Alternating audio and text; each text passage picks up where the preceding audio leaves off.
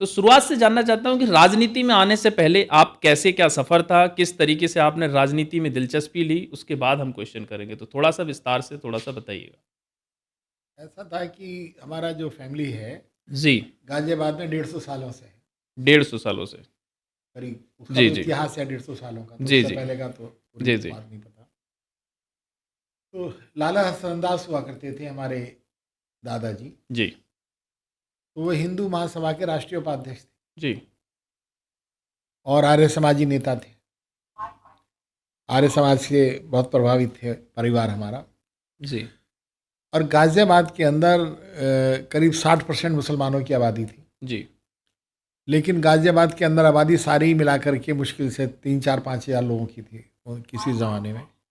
जी, तो दिक्कतें होती थी तरह तरह की। अंग्रेज़ों की पॉलिसी भी थी कि हिंदू मुसलमान को लड़ाते रहो। जी, तो एक तरीके से वो हिंदुओं के प्रोटेक्शन का एक चेहरा बन गए थे। जी, और 1952 में जनसंघ पर के टिकट से वो एमपी का चुनाव भी लड़े। जी, तब अटल जी का परिचय इतना नहीं था, जी, जी, लेकिन अटल जी उनके प्रचार में आए थे और अटल जी वक्ता थे।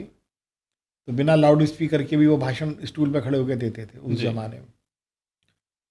और चुनाव तो हार नहीं था, जी, क्योंकि जो जनसंघ की राजनीति करते थे उन दिनों जी, और सोशलिस्ट पार्टी की राजनीति करते थे जी, कांग्रेस के खिलाफ, तो वो लोग एक मिशन के तहत राजनीति करते थे।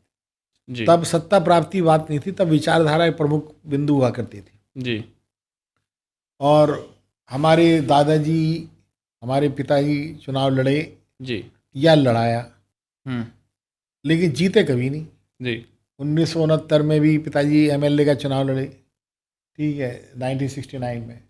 उससे पहले चुनाव संयोजक रहे, 1967 में चुनाव संयोजक रहे शुरू से ही आप जनसंघ से जुड़े रहे हैं। जनसंघ से। जी, मतलब जनसंघ के जन्म से पहले जुड़े रहे। पहले हिंदू महासभा थी, जी, आर्य समाज थी, जी, ठीक है। तो हिंदूवादी विचारधारा थी कि जी, भाई ये अपीजमेंट जो है हिंदुस्तान में ये नहीं होना चाहिए। जी, हिंदू मुसलमानों के साथ बराबर ट्रीटमेंट होना चाहिए, जी, इक्वल ट्रीटमेंट होना चाहिए। ये लड़ाई थी हमारी परिवार की। जी, और कभी भी दूसरी विचारधारा में हुँ, रहे नहीं, जी, और विचारधारा थी ही नहीं कहीं और।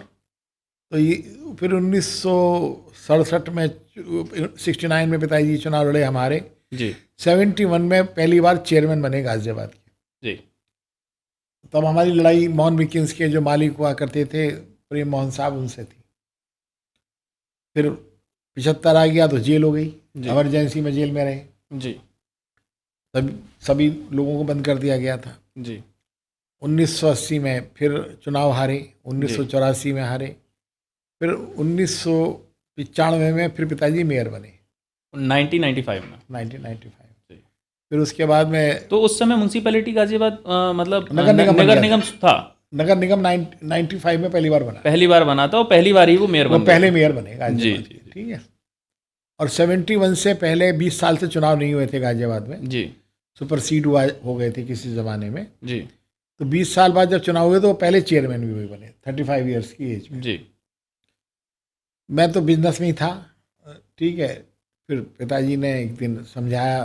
पहले तो ये तय था कि घर में अगर कोई एक जना राजनीति में तो दूसरा नहीं आएगा। जी, तो राजनीति में आने का सवाल ही नहीं था हमारा। तो 2004-5 में पिताजी जब रिटायर हो गए, एक हुँ, तरीके से स्वास्थ्य उनका बिगड़ना शुरू हो गया। तो फिर उसके बाद में, क्योंकि कोई भी चुनाव होता था तो चुनाव लड़ाने के दिनों पे हम रहते थे, पर्ची बंटवाने से लेकर के हुँ, प्रचार के अंदर। हुँ, तो हम और हमारे पिताजी दोनों चुनाव संयोजक जरूर बनते थे। हुँ, माननीय राजनाथ सिंह जी का भी मैं चुनाव संयोजक था। अच्छा, जनरल वीके सिंह चुनाव लड़े तो उनका भी मैं चुनाव संयोजक था 2014 में, जी, ठीक है।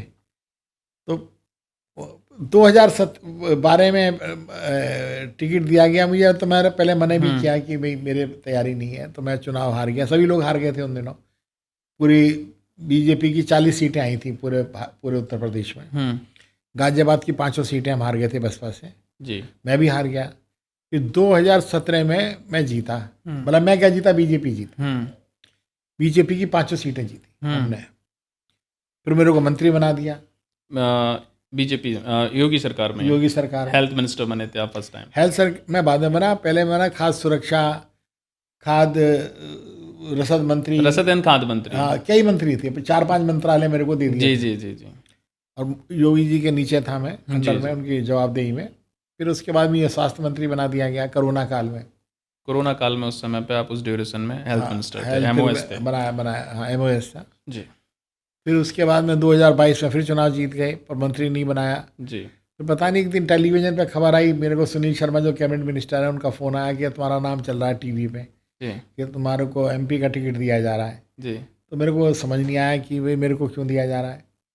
तो मैं तो एमएलए हूँ पहले से ही, मतलब टीवी एक देखा तो पता राज्य की राजनीति से निकल के आपको मतलब केंद्र की राजनीति में लाया अब जा रहा था। राजनीति तो क्या क्या कह सकते हैं, राजनीति तो एक बहुत व्यापक शब्द है जी। लेकिन एक कार्यकर्ता को आगे बढ़ाने वाली बात समझ जी। लीजिए। ठीक है।